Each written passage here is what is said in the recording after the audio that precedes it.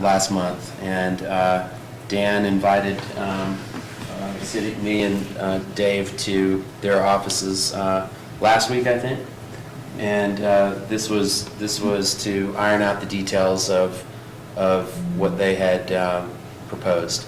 And just to refresh everybody's recollection, there are three sort of transportation plans that pertain to downtown under discussion. The one today has to do just with the Cross Bridge Shuttle, which has also been called the North-South Shuttle, the North-South Connector, the Pedestrian Shuttle, and the Tram-to-Train Shuttle. But the key features there are that this is heavily subsidized by RFTA, and it is short in duration. It is through the opening of the Ped Bridge. So that's March 1, 2017, if, presuming they remain on schedule, which they have been. The second plan under discussion is RFTA's Bridge Closure Shuttle Plan, which are 3 different shuttle routes that will begin approximately August 17 and run for 95 days, and then will cease to run. But the reason I bring that up now is their shuttle routes are very similar to the third plan, which is a total rethinking of Ride Glenwood. And that the rethinking of Ride Glenwood, you gave, 6 or 8 different preferred routes for us to study and cost out and so forth. This is where today's discussion gets a little bit complicated. I don't think the price is a secret anymore. I don't think it ever was. They just didn't quite know it. Approximately $110,000 to fund the Cross Bridge Shuttle. And the route is Grand Avenue around the hotel and then back south on Grand Avenue, basically around 8th and 9th Street, with a 15-minute rotation. They have 2 shuttles that they are donating for this purpose, but it's really 1 shuttle and a reserve. You have to operate that way because in case one breaks down, you maintain the schedule that you proposed and so forth. So you had given me a separate directive to inquire what would it take to expand the path of the shuttle from approximately the train station to approximately the tram station. And the last I heard on that route time for the same price was 30 minutes. And there may be updated numbers here this morning. So that's the basic lay of the land. And they were also very generous in saying that for these 2 shuttles, they would brand them. They would paint them whatever they want to be painted. They'd have the city and RFTA logos on them, perhaps. The DDA is sort of working out a concept maybe about what those could look like. So that's the introduction, and I'll turn it over to Dan. Well, thanks. Thank you. And it's great to be here. Come on up. Yeah. I enjoyed listening to your meeting. It's always fun to hear. Relaxing, actually. So we had our meeting last week, and we talked about an implementation date. I think we came down to sometime in the middle of May. Gives us time to paint the vehicle and to figure out what they want to name it. One of our employees said we should name it Bridget, but that died in committee. I've been called worse.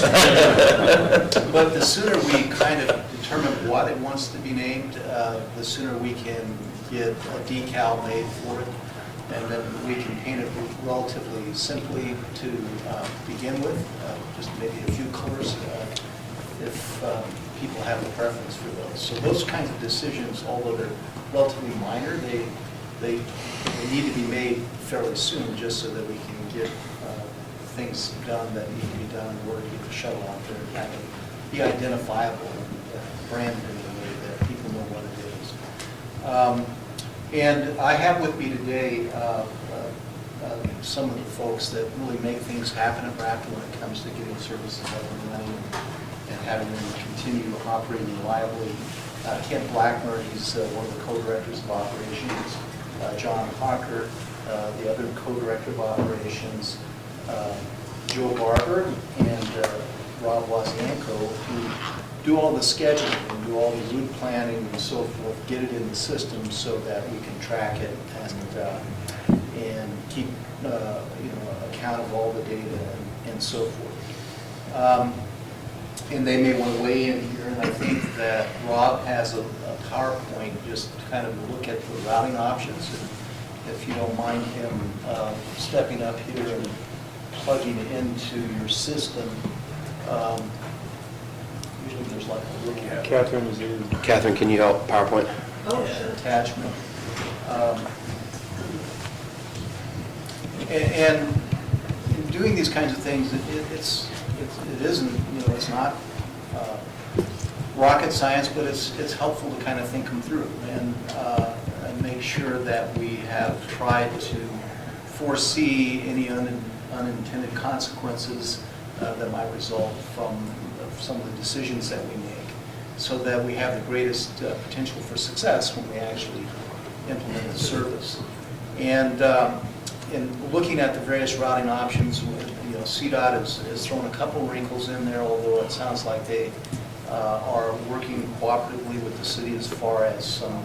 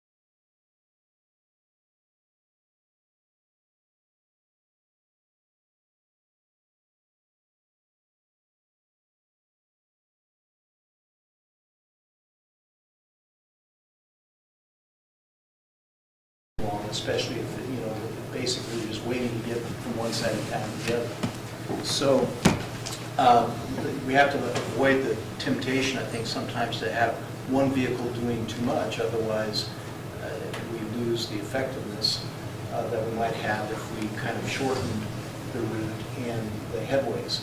And it's surprising, but just going from the hotel and looping around the parking garage, it does take some time because you have signals, you have pedestrians, you need to kind of have a little bit of a wait time wherever it is that you plan to have a stop for people to wait, so that the vehicle, if it gets behind a little bit, can get caught up again and allow time for people to get on, get off. There may also be times when there's somebody that is in a wheelchair that's going to need to get on this vehicle. And the driver is going to need to take a little break every once in a while and go to the bathroom. And so I'll let Rob kind of walk you through what they learned when they went out and drove some of these options and kind of talk about how this might work. They did it. 20-minute headways for the shuttle service, and then the other one was a tram to train shuttle route. And so, if you wouldn't mind just jumping in. If you don't mind, I'm just going to walk up to the map here. So basically, we were asked to provide, like Dan said, the quickest and most frequent service for you guys going across the bridge. Well, what we found out is from 6th Street to the light there to making this loop here and back is taking approximately 10 minutes. And then another 3 minutes to do the loop around Hotel Colorado. That's midday traffic, lights. You guys live in Lemon Springs, you deal with it every day. It's very complicated, exhausting to drive that route. We drove it several times. Basically, if you want to put a driver in there, it's gonna be, what's the word I'm looking for? Exhausting for them to do this route at this frequency.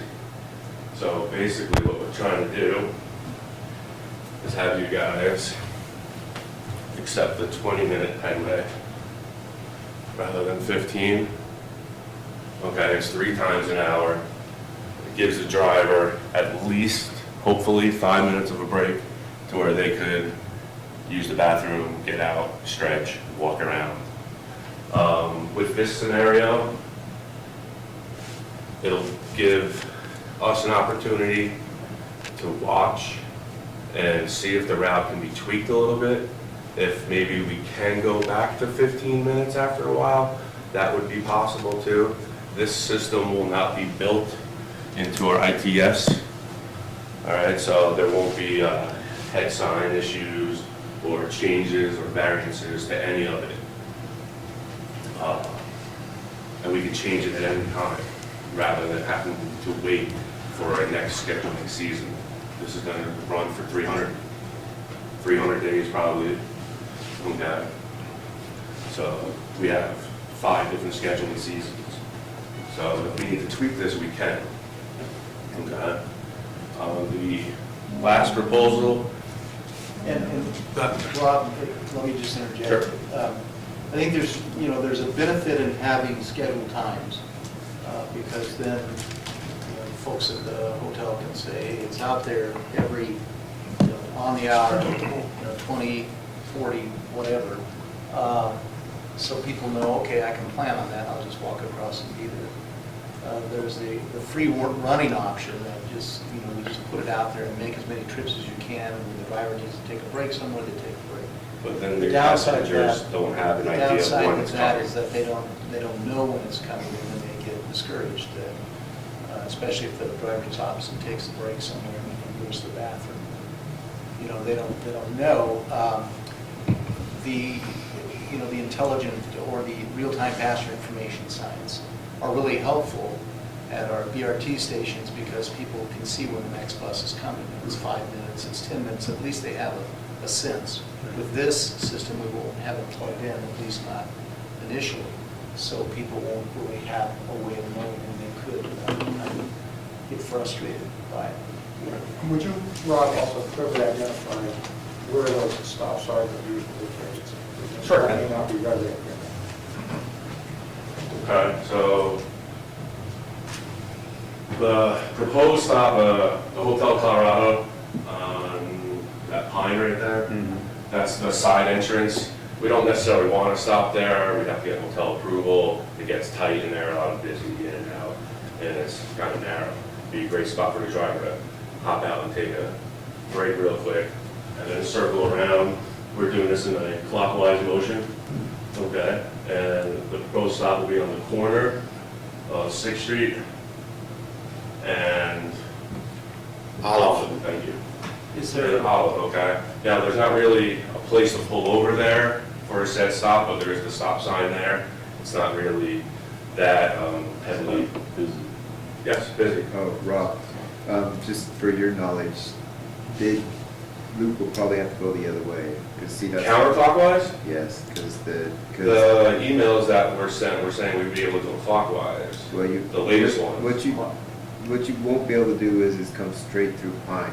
CDOT will have that blocked off. That's what we're. Yeah. Correct, clockwise. Yeah, I'm sorry, We're going my clockwise mistake. and then turning left Okay, there. all right, Yeah. sorry. Yeah, and then we're taking a left on 6th Street across Brand. So you're going to block off a straight through on Pine coming south? Yeah, it CDOT has is- something to do with the timing on the light or the signal and pedestrian movements. I don't have all the information yet, I have it.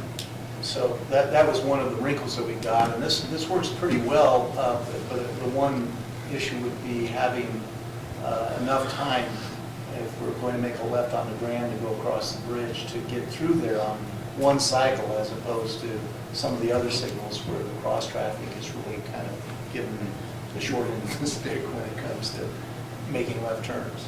And then once we cross Grand Ave, the bridge, we're taking a left on 8th Street.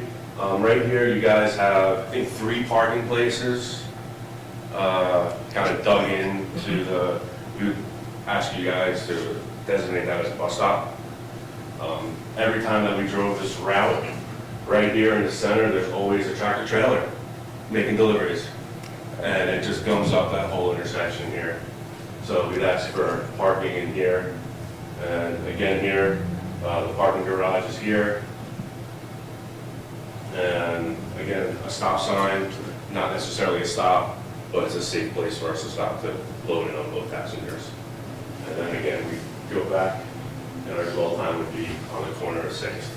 What's your average time at each stop? 20 seconds Okay. is what we built in as an average. It usually works about So that. some of those locations where you don't really have a way to pull out of the lane, it's not that big of a delay for someone who's sitting behind. Right, you're just, but yeah, again, we made some stops like that, and where people backing up on us, we try not to do that, it's just not very safe.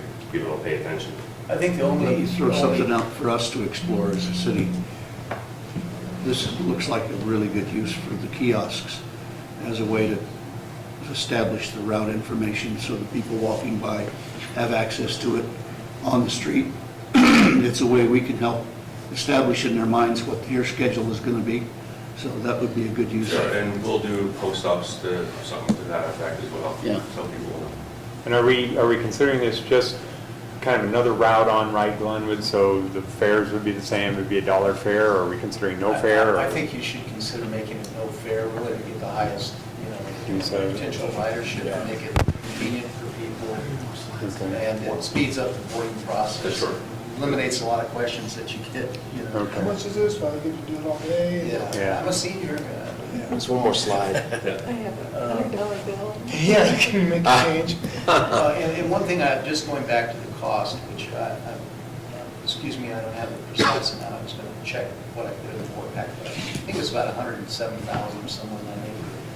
That's for a whole year, and so this is getting, that assumes starting up, I think, April 1st, or, I think it was March. March 1st, yeah, March, so 365 is what we budgeted. So it's going to be probably more like 70,000 or somewhere in that neighborhood, and for this year.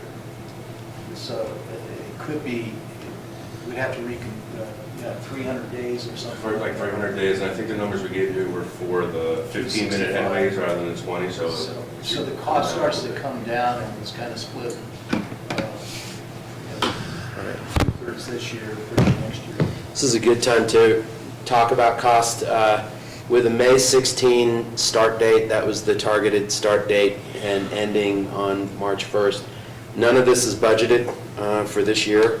We thought that we could decrease service on Ride Glenwood and simply use the savings there to pay for this, and we can't.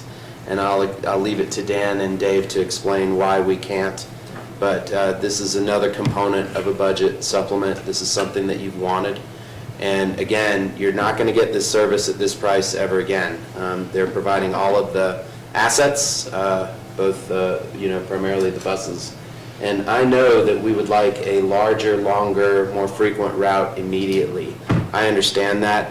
It's been a high frequency and high volume request from our local business community through the DDA and direct requests. But I'm going to strongly advise that you get this set up and start it. This is sort of the beachhead to set up what hopefully will be a community expectation that you can then easily fund through your regular budget process in 9 months. Could the DDA fund part of this? Haven't asked them. I think the answer's probably yes. They've got some money, but no one's asked them that yet.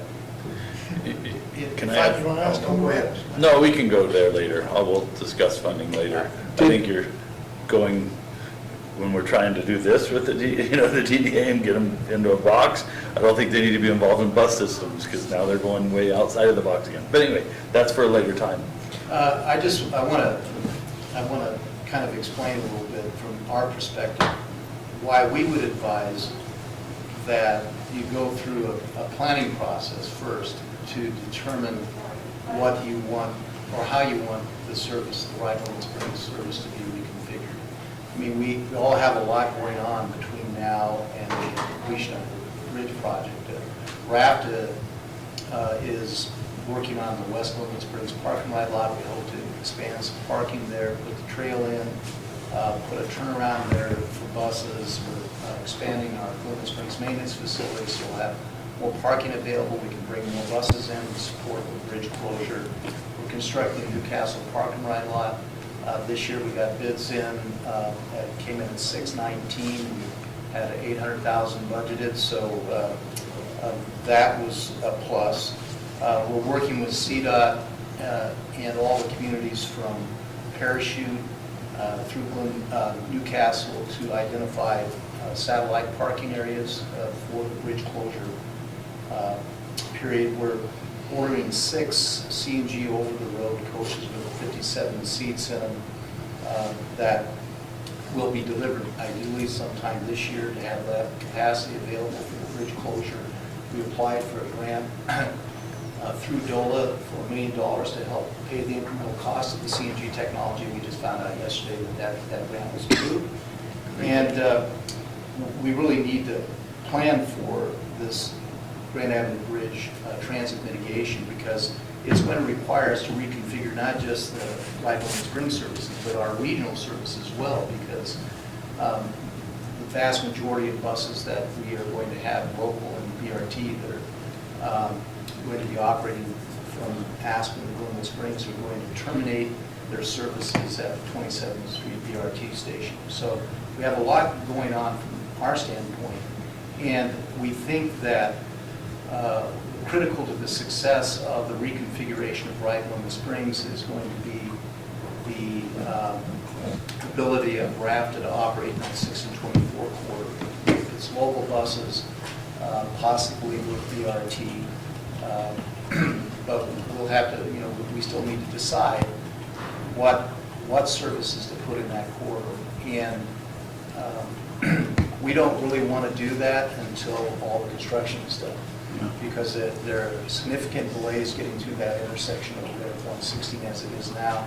There are going to be changes as this process unfolds that are going to affect our ability to run reliably and predictably. And reconfiguring it so that we're operating in the 6 and 24 corridor requires some time and some thought. If it adds to our overall travel times from West Golden Springs to Aspen, then there are costs involved, there's more equipment involved, there are more drivers involved. So it's not just a small thing for us to do it, and we want to wait until the bridge is open and we have the best chance of getting through all of that congestion over there in an efficient manner. And the Ride Golden Springs services is, with this reconfigured, I think we want to kind of figure out where those services are going to interface with the stuff that's running in the Grand Avenue and the 6 and 24 corridor, where those points where people can transfer to get on that system if they want to go to the Meadows, if they want to go to Walmart, if they want to go up Valley, if they want to get on the Hogback. And so it might behoove us to really plan all this stuff, to reach out to stakeholders in the community and find out who do we think is going to use this service, when are they going to use it, and where do they want to go, when do they want to go there, what kind of demand are we looking at, what are the routing options. That process could take some time. What are the infrastructure needs? Are there going to be paths, bus stop signs, shelters that need to get moved around, equipment needs? What type of vehicle is going to be best suited for the service you're going to provide? What kind of capacity? Is that a 14-passenger, doesn't need a CDL driver? Is it going to be 22-passenger to give you a little bit of crush load capacity, but now you're going to need a CDL driver? Is it going to be free? What are the fares going to be on it? What are the costs? Are there some grants available? There's public hearings. There's a number of things that will need to be kind of looked at, and you have an operating plan that you're embarking upon. And I would just recommend that you go through that process and not make a bunch of changes before you get to your final product. And I think unless you delay the reconfiguration, it's going to create some upheaval in terms of users of the service. And and that's never good in terms of building demand. We also took your directive to try to, with respect to Ride Glenwood, to eliminate redundancy with existing RFTA routes. One of the places where we thought we could cut was from 6th Street to Roaring Fork Marketplace. That creates significant hurdles for travelers who are eastbound on 6. They would have to effectively use Ride Glenwood to there, take the shuttle, because RFTA doesn't cross the bridge. You would take the cross-bridge shuttle across the bridge just to 8th and 9th Street, and then take RFTA to the Roaring Fork Marketplace. So pretty inconvenient, pretty undesirable. And this entire proposal for the north-south connector does not involve federal funds. We are not tied to notice requirements, 60-day routing changes that we would if we were getting the money from Ride Glenwood. Some quick math on what Dan said: at $107,000 a year, that's just over $8,900 a month. From mid-month May through the end of this year, that's just approximately $67,000. Dan said 70, so somewhere in there. And we would need to budget for that money, just pull it out of somewhere as part of the budget supplement. But it's exciting to get this up and running before Memorial Day, May 16th, to produce, this is your first response. It's very important to get this established and then take these additional steps and really build it right. I discussed some information yesterday, and I haven't even had a chance to talk to Dan and John about this, and so I'd kind of like to get your opinion on that. John Sanders from CDOT called me and said that Jeff Sanders, FTA has a funding grant out for $221 million. And so what he's saying is if we can get our application in by May 2nd, we probably have a good chance of getting funding for the 2 buses that we need to replace. And so what I was kind of thinking is maybe it would behoove us to buy a couple of the shorter buses that John has talked about. If we get that grant award, we could probably have that capital here by the time we shut the bridge down. We'd like to get those orders. Yeah, and so we do have a funding opportunity. The other thing that Jeff said was, based on the cost of our buses, if we go through the typical process, we probably will only get them replaced once each cycle.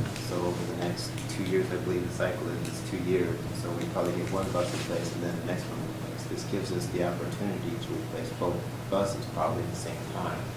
The only thing we need to take a look at is if we have the matching funds and Ride Glenwood at this point in time. But this funding opportunities come open. We have to have the application by May 2nd. And what is the matching amount? 20%. 20%? So right now, we're getting a vehicle for the Carbondale circulator. I wish Kenny was here, because I think the estimated cost is like $90,000. It's CNG, so there's about a $35,000 ad, but we got DOLA to fund that. So, and I think you could use, if you were successful in getting the DOLA grant, you could maybe use that as a portion of your match. It might be all that you need for your match. So and once you order the vehicle, there's maybe a 200-day delivery period. And that's the only downside of applying for the grants, is that CDOT will not allow you to order a vehicle and execute a contract for it until you have an executed contract from them for the grant. So you've got the application process, then they review it, then they say, okay, you're going to get this funding, and then there's usually some type of a lag, unfortunately, with CDOT before you get the grant application. So you really need to kind of think this through. And if there were going to be a delay, then that might weigh into how the reconfiguration, the timing of that. Although, there may be other ways to skin that cat for an interim period until those vehicles come in. Are these grants only for vehicles or? It's a capital. It's a capital grant, and we talked about running our buses in the local systems. So looking at our ridership and our impact, I believe the 30 passenger bus would probably suffice for what we need. And, you know, we could still order the heavy duty ones where we get the mileage out and stuff of that nature. And then it would give us the option of being able to maneuver a little bit easier downtown. Is that what, the type of vehicle that you're ordering for the Carbondale? No, Carbondale is a van cutaway vehicle, like a shuttle bus, basically. You know, the advantage of it is that it's quiet, it's pretty easy to maneuver. The downside with it is that if you need to transport somebody that's in a wheelchair, it takes longer to stop to get them on board. Whereas if you've got maybe a 30-foot heavy-duty vehicle, it could be low floor with a ramp, it could be deployed, you know, in basically seconds. You can have somebody on board and you can be on your way. The van cutaway vehicles are a little harder to maintain. They're 150, 200,000 miles maybe is their useful life. The heavy-duty diesel buses can typically go 500,000 miles and maybe even longer if you can get parts for it. And that's the advantage of those. But they are more expensive. Mhm. You know, we're looking at 100,000 or somewhere in that range to maybe 400,000. So the vehicles that we're talking about, you're thinking might be in the $400,000 range? Well, I'm kind of, yeah, because I mean, you know, we can order the shorter van types that Dan's talking about, or we can go for the more heavy duty and plan long term. And, you know, it's 6 of one, half dozen the other, but I mean, the cost overall, as Kenny had stated, are about the same. So if we ordered to hit more heavy duty, but still with the idea that they're circulating around town, we get more mileage out of them, the cost overall would be about the same. So we're looking at about a $160,000 match in 2 buses. It would probably, yeah, on 2 buses, somewhere in that neighborhood, but I don't want to give you the exact number because I think we'd have to do some checking. But on an interim basis, the city of Aspen is replacing 3 buses that they have with heavy-duty Gillig buses, similar to the one that your newer bus that you have operating around Norman Springs, although I think theirs might be 30-footers as opposed to 35 or 40-foot. So that will, they currently have some low-floor 30-foot buses. They're older, and some of them have some significant problems, and the manufacturer, EU plant, is no longer in business, so the parts are hard to come by. But if there was a gap in terms of the delivery time, those buses could be freed up potentially and maybe used down here on an interim basis. We could, out of the 6 that we have, we can maybe keep 2 or 3 of them running to provide this service. I want to give Dave the green light. I'm asking you to give the green light to at least apply. It's a 4-to-1 return on our investment on assets we absolutely need. I agree. Yeah. Yeah. Okay. What do you think? One question I had on the capital, can that capital include things like, I know we're not ready for this, but bus stops, that kind of capital, or are we only talking moving capital? I think we start looking at bus stops, and I'm not saying that we can't do that. I think capital investments. Remember, right now all this stuff's coming up into flux. I mean, it's like all this stuff has to be done May 1st. Right. So what we have is our current contract for our bus stops is held by Outdoor Promotions, and it's kind of a unique relationship with the fact that they own the bus stops. So when we change, if we change the service provider, then you guys maintain your own bus stops, if I'm correct, right? So what happened is that Outdoor Promotions provides, they own the bus stop or the facility basically, they provide the advertising, we get a kickback from the advertising. And so, you know, we're going out to contract because that contract's up in June. And so we need to put that out to bid also. And so the part of this is, I've been kind of holding off on that because I kind of wanted to understand how many bus stops we're going to have, how we're going to, if the system's going to change and stuff of that nature, because I need to kind of build that into the pricing for the contract. And so, you know, right now, they actually provide the capital. So the city hasn't had to build bus stops because it's in their contract. Now, we could change that relationship, but then you get into who's maintaining it. You know, we do have people, we got Waters actually comes out and does the snow removal, and then I believe he does the trash removal for the bus stops, and then what happens is if there's any kind of damage to the bus stop or the changing of the advertising or something, outdoor promotions takes care of that. Okay. Maybe they'd be willing to add some other ones, so Yeah. that was part of their contract.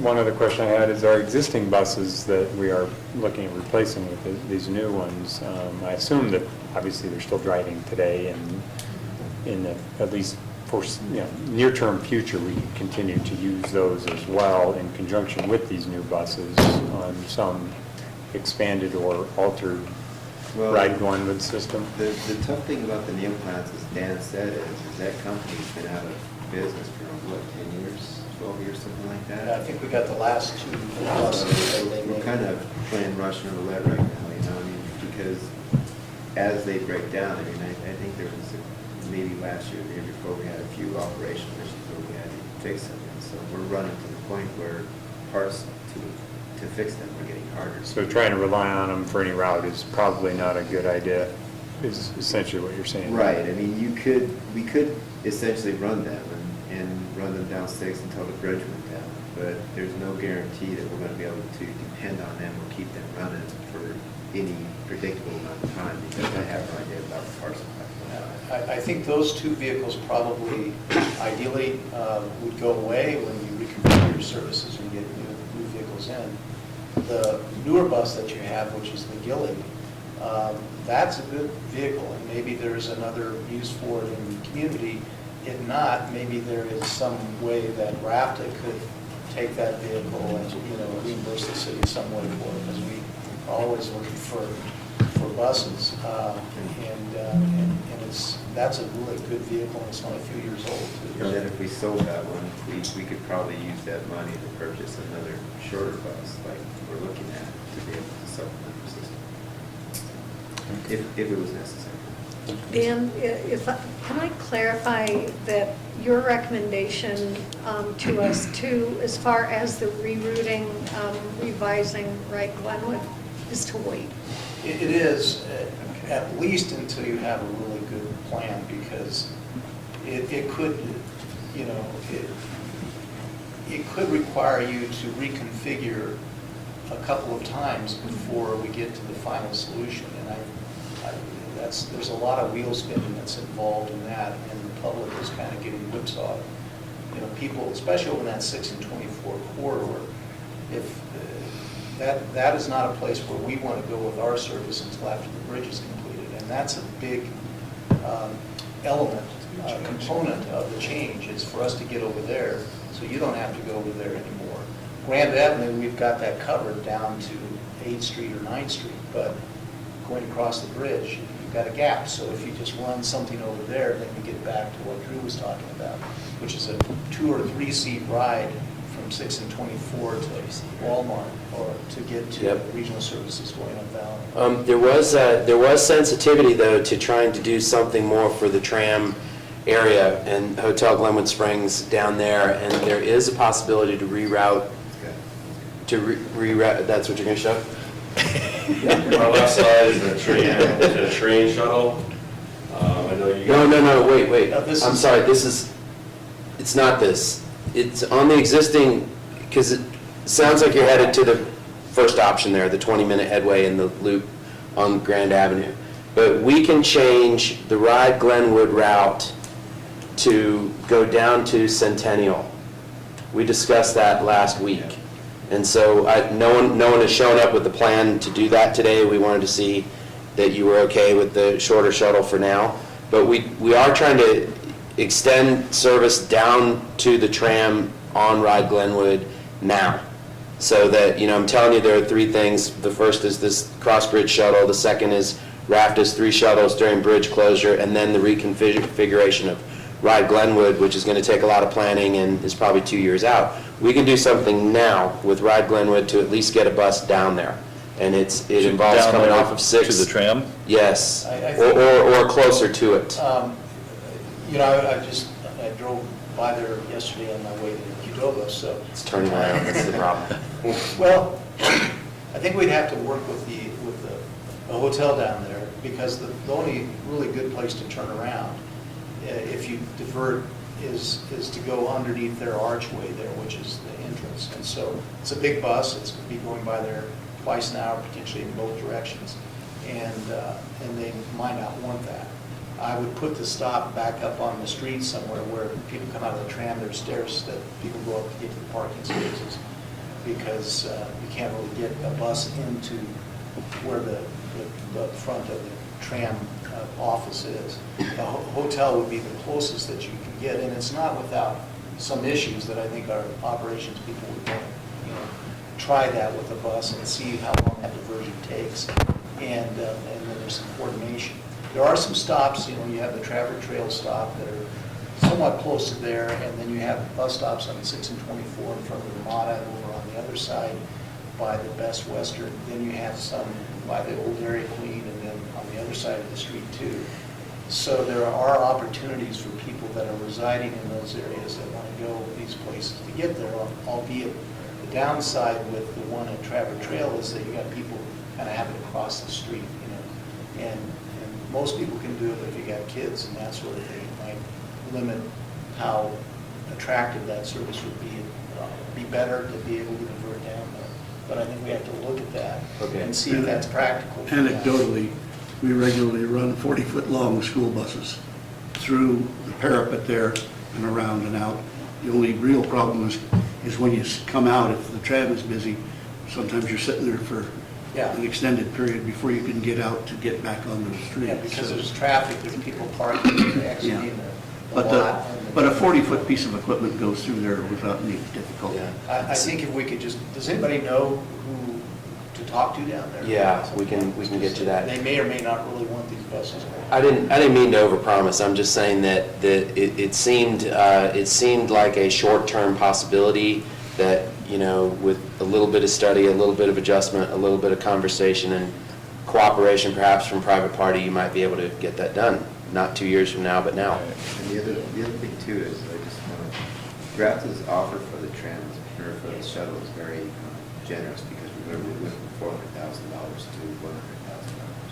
But part of their funding to be able to do that is depending on the continuity of the Wright Glenwood Springs right now. So it's also a funding issue as far as if we change the routing of Wright Glenwood right now, there might have to be other funding to help supplement the shuttle, because Wright Glenwood that money won't be going directly to the shuttle system, but it'll be supporting Grafton in their current budget to be able to run that system and what they're getting back from it. And thanks for bringing that up. How changes the Wright Glenwood Springs service might impact RFTA is not the biggest consideration that you folks need to have. We can adjust over time, but when we do our budget, we allocate our costs out to everybody based on the methodology that we've established. And so Wright Glenwood Springs is paying for some overhead costs that we're going to have, whether or not we provide the service for you, or whether or not you reduce it significantly. So what we would not want to see happen, if we could, at least in the interim basis, is to see, okay, we've got 2 buses operating Wright Glenwood Springs. Let's quit operating one and let's just operate the other one. Meanwhile, RFTA is giving you a good deal on this other shuttle too. So it's kind of a double whammy for us in that we're losing the contribution of the fixed costs, and then we are waiving all those costs for the shuttle. So if something were to go away, then we might have to relook at what we're charging for that shuttle. Ultimately, the city could decide that they want to contract with somebody else, or they want to take it in-house. These are all decisions that are fair and reasonable for you to make. And while there could be an impact to RFTA financially if the city service went away, over time, we can absorb that. And you need to do what's best for you. I'm just saying that take some of these things into consideration, at least when you're making your decisions about what to cut, when to cut it, and how to reconfigure. Just out of curiosity, for looking at this long term, what would the unsubsidized cost for this north-south shuttle be? I mean, is that something you can share with us, just so that we could plan for that in the, I mean, if this is something we really want to do after the bridge is built, I can't imagine RFTA is going to want to continue subsidizing it to the extent you are now, or would have the ability to do that. So I'm just curious, what that cost might be. Well, when we ran the numbers, it was about $400,000 for a year. So it's roughly equivalent. You have 2 vehicles operating out there for 15 hours a day, somewhere in that neighborhood now, and it's costing you somewhere in the neighborhood of $900,000, and fares are paying a portion of that. So that's going to, and then you're going to run one vehicle roughly on the same schedule. It's going to be about that cost. The more miles and hours of service that we provide, then kind of everybody's costs tend to come down. So it's not precise, but that's a ballpark figure. We raised the issue of the times that we're projecting to run the shuttle is 11 o'clock in the morning to 11 o'clock at night. Is that what folks think of the time frame issue? I was kind of curious about that too, about, what was the, where did that come from? It was just, at the time when we were moving forward, we looked at it, I think we originally looked at 9 to 11 or something like that. So it was kind of a time frame trying to stay out of the morning rush when the businesses would open, when people would be getting out and about. So it's just kind of a guess at this point in time. It's not based on anything statistical or anything like that. So, Does it need to go that late? No, I think it could be adjusted. so if we went 10 to 10? 10 to 10, or, this would expand it, but 9 to 10 or something like that, would that, I know that that's going to obviously increase costs. But it's pretty minor, like a 1 hour difference, I think. If you had 11 to 11 versus 9 to 10 would be. One additional hour, yeah. Maybe a change for weekend hours? What's that? A change for weekend hours, maybe? Yeah, you could maybe run a little bit later on the weekends, you'd have to run till 2 in the morning to serve a bar crowd, but, you can maybe get the restaurant people. You don't want the 2 a.m. No. Those folks need to walk anyway. Unless you're selling pizza slices. They need a little walk. Although this hasn't been a big issue, as you run that service later, then there's also the ADA complimentary paratransit service that needs to kind of mirror your hours of fixed route transit service operation. We have very little demand for those ADA services outside the operating hours of Rydell and Springs.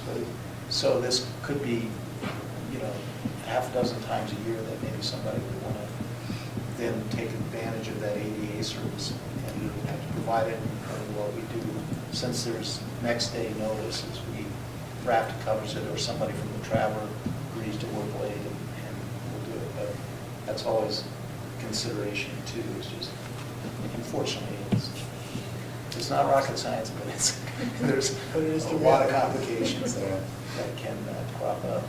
It certainly seems to me that extending that route down to the tram far greater serves the population of our tourists. There's hundreds of people and hundreds of hotel rooms from there all the way down to Grand Avenue. You see those people trying to negotiate that walk constantly. And as CDOT, and I don't know exactly what that schedule is, but as that intersection, that pine blows up as they're trying to put in, it just further complicates it. Already people are in a dead end as they go down to Polanca's and trying to figure out how to get across the bridge, It seems like your ridership would be considerably larger if it went all the way down to the tram. And I guess the question is, are we willing to have a 30-minute head instead of a 20-minute? But if you have a 20-minute head and you have 3 people on your bus, or you maybe have 15 or 20 at a 30-minute route, that seems to really better serve the public. And the second question to that too, Steve, is are we supplementing that? If we bring Right Glenwood down, pick up those people that bring down to 6, they can catch us up and shuttle. So we could, there's 2 ways to service that. We can do it with the shuttle, Or we could add an additional bus stop at the tram where Ride Glenwood would supplement that situation. And what's the frequency, what frequency would Ride Glenwood be for the tram to 6th Street? What are we talking about? Whatever it is now. Well, it's, you have half hour, basically half hour frequency in each direction. I don't know exactly what time, but we can check that out. You know, they would be getting to the tram, for example. And then the Ride Glenwood Springs service, its first stop across Grand Avenue Bridge headed south is at 9th Street. So you have a little bit of difference there for people. It's not, you know, it's not consistent. So, you know, now I'm waiting over at the Forest Service, do we still pick up for Ride Glenwood? We do, Yes, at the right. Forest Service. If they wanted to ride back on Ride Glenwood, then they'd have to go there, whereas with this parking or north-south shuttle, they could catch it over on 8th Street or by the parking garage. So there's just those differences that people need to kind of understand in order to really maximize the benefit of having that frequency at the tram. Those people, you know, that's simple there. It just gets a little more complicated when you get on this side of the bridge because they're going to be dropped at different places and picked up at different places. Here's the thing, the reason you choose this over your car is because it's easier and it's quicker. And if it's neither easier nor quicker, you're not going to use it. And, you know, one of the running themes of a lot of these new initiatives, everything from the 4th of July celebration to this, to some of the other things we're working on is, I'd rather do a few things right than try to do a bunch of things and none of them be right. So this thing across the bridge, at least it's frequent enough and visible enough to establish this for the future.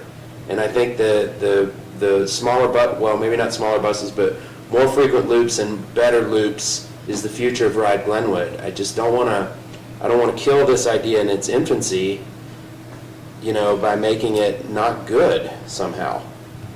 Plus, this is an attempt to mitigate all the construction mess that's going on now. Yeah. It's important that we address the needs of the downtown community. I think this does that.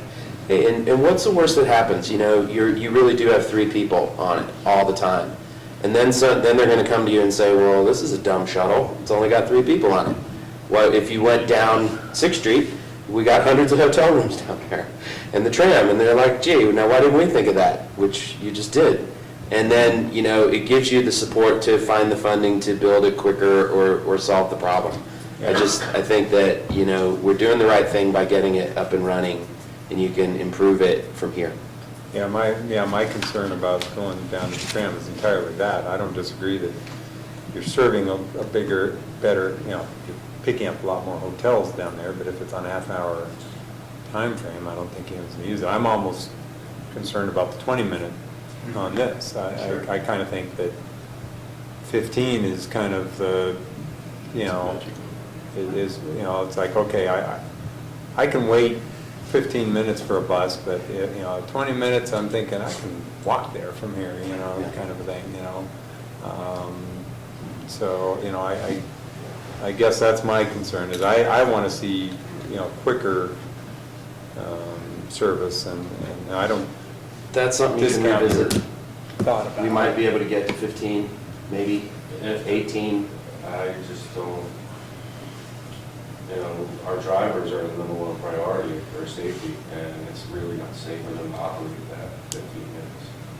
Could we do 15 minutes at peak times, whatever that is, and 20-minute other Now times? you're addressing a consistency issue. People can't count on it at the same time every day, you know. Well, but what about that? Peak time versus, I mean, We could do 20 minutes in, you know, during rush hour. That's kind of what you're saying, right? And then when it's not at peak time, drop it to 15 when there's no traffic. Is that what you're looking for? Whatever the pedestrian peak. You know, I think your peak, you know, if we're starting at 9, we've already missed the morning peak, but I would think right around lunch hour, there's going to be, you know, more people interested in using it. That's where, you know, people are getting out of work and they might say, I'll jump on the shuttle and go over to that restaurant over there or whatever.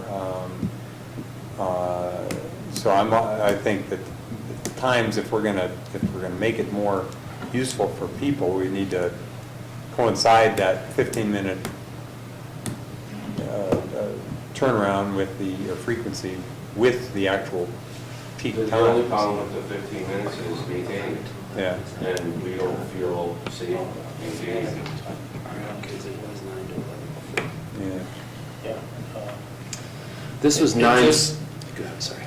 Seems to me that you're dropping people off in the middle of ground zero with your cross bridge. Instead of trying to get people from one side of the construction to the other side of the construction.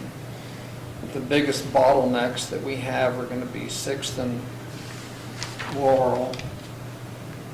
And and right now, it's 6th and Grand, and you're just dropping people off there in the middle of it instead of Do we getting know them beyond the construction on both ends. So do I we know don't when the disagree with construction on Drew. 116 will start?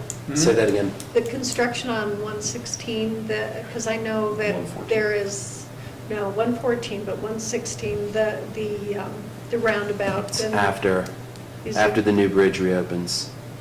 I think that's in phase 4 or 5. is it? No, I think they're going I to thought do it that was- when the bridge is shut down. is That's when what I they're thought. gonna Oh, okay. That's when they're gonna do the I roundabout. believe they're starting to build the walls. So they're starting to build the pedestrian underpass and the walls around there, but I don't think the roundabout's in that date, but we can check. We can find that out. But actually, Tom will be back tonight. Yeah. Yes. The time that we were contemplating last week wasn't 11 to 11, it was 9 to 11. And I just leaned over to Dan and said, can that still be the time? So I guess what I'm asking for is the okay to implement this with a target start date of May 16. And, if we need to bring this back as a formal agenda item, happy to do that, but we've got work to do. We can't wait the 2 weeks if we're going to meet May 16. Roughly 7 days a week, 9 to 11, and I'd like to work with the DDA on how to brand the buses, the shuttles. Do we want also for funding grant? Maybe you get. Yeah, you already got the green light on. That's it. Okay. Maybe get them to pay for something. I don't have any money, man. When I, It's all the same money. It's all Yeah. public funds. I mean, if we Is that okay? $10,000 a month, that's $100. I think Steve's got a point, but I think you also have a point that we need to get something going, and we need to do it sooner than later. Yes. Yeah. I'd like to try and figure out a way to address that. That's kind of what I was thinking, and, like, almost everything, money solves problems. That's it. And, but right now, this subsidization, and this shuttle itself is even possible simply because you have, am I correct, you have some vehicles that we're able to That's put right. at this. But if hypothetically, we wanted to double the cost, and we said, okay, we're going to Double the service. double the service, so we're going all the way out to the tram, we're doing 15-minute intervals instead of half hour to the tram, we're doubling the vehicles, doing 50, so we have 2 vehicles running simultaneously. I assume you don't have the vehicles to make that happen, am I correct? I don't think we do, I'd have to check. I think what it would require is one more vehicle. Okay. Because you just need one for a spare. I mean, Okay. one spare theoretically for 8 to 10 vehicles would be adequate. But when you just have one vehicle operate, you still need a spare. Right. So it's not very efficient. But let me check into that and see if there's any possibility that we would have a vehicle for this. Don't get me wrong, I think anything that we can get, we want.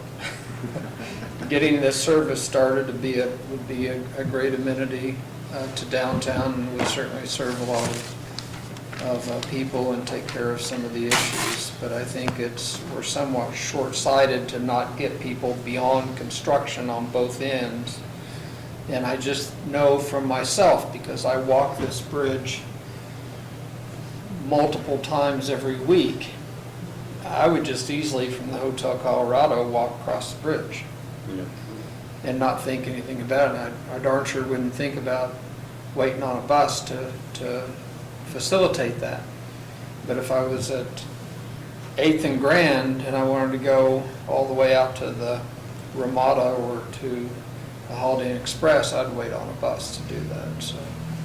Yeah, and if it's the situation where right now we're looking at $70,000 for fiscal year 2016 to do this short shuttle, and it could be $140,000 to do 15-minute intervals on the bigger shuttle, the tram to 9th Street shuttle. You have my commitment for as long as I'm here to follow up this step with the strategic plan to expand this first route, both in distance and frequency. And will it take 2 years or no?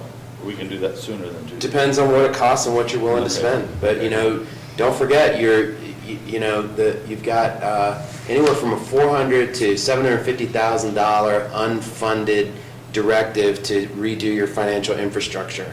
So you can get financial reports with the click of a button instead of all the craziness we have to go through to get you basic information now, That's more important organizationally than this, and a whole host of other things, so. All right, we'll get rid of that group of people chiseling on stone tablets in the basement, Worse than that. I'm sorry to interrupt, but